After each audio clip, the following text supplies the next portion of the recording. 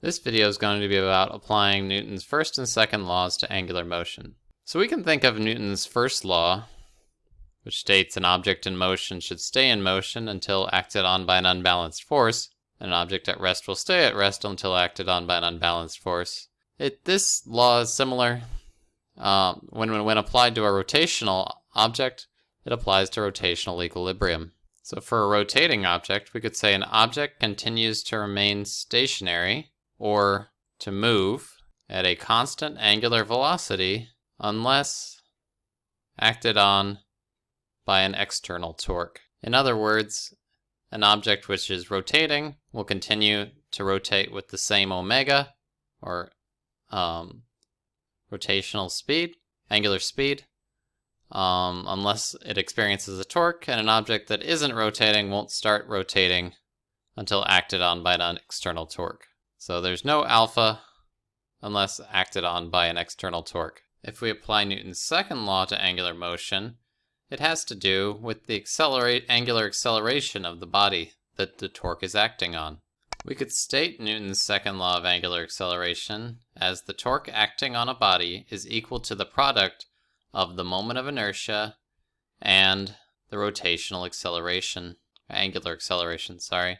If we wrote this as an equation, we would say that the torque is equal to the moment of inertia times the angular acceleration.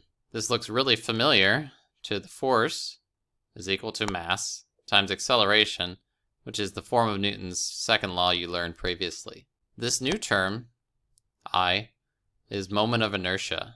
The moment of inertia tells us how difficult it is to rotate an object.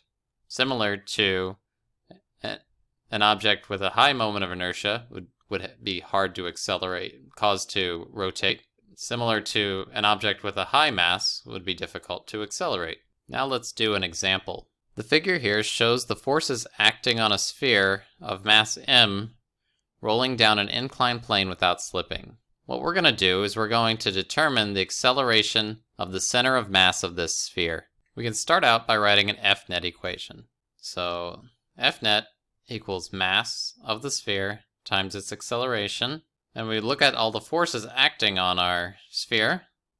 We have the sum of the forces going, the resultant force pointing down the ramp, which is mg sine theta. And pointing up the ramp, we have the force of friction.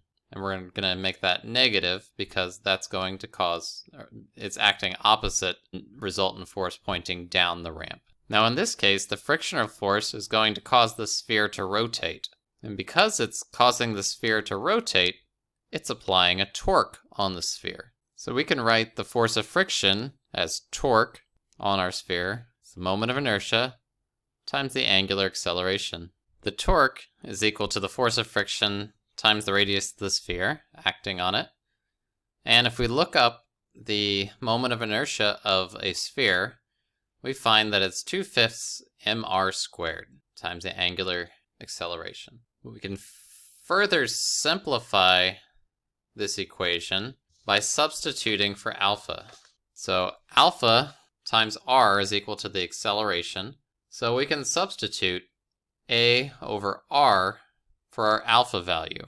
We can simplify this to 2/5 the mass of the sphere times the acceleration of the sphere, because we see that the radius of the sphere cancels out of the equation. We can then substitute this 2/5 mass times acceleration in for the force of friction in our original equation.